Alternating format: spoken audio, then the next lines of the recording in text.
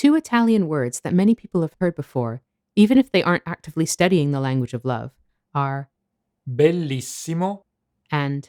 bellissima. Curious to find out what they mean? Then keep on reading.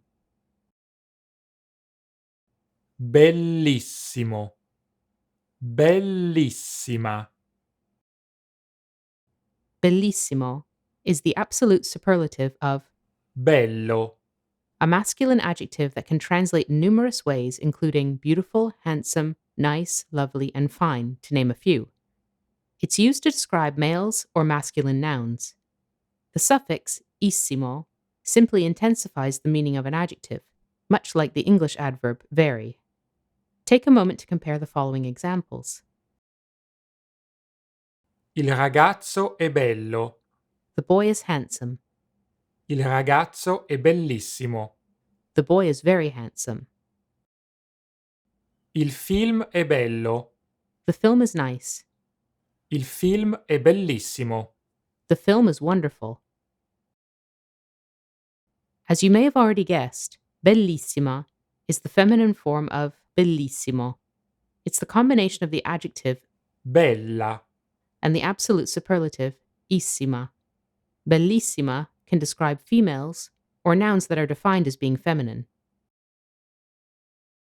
la ragazza è bella, The girl is beautiful. la ragazza è bellissima. The girl is very beautiful. La vita è bella, Life is beautiful. la vita è bellissima. Life is very beautiful. If you're talking about more than one person or thing, bellissimo and bellissima become the plural forms Bellissimi, and, bellissime. respectively. I ragazzi sono belli, The boys are handsome. i ragazzi sono bellissimi. The boys are very handsome.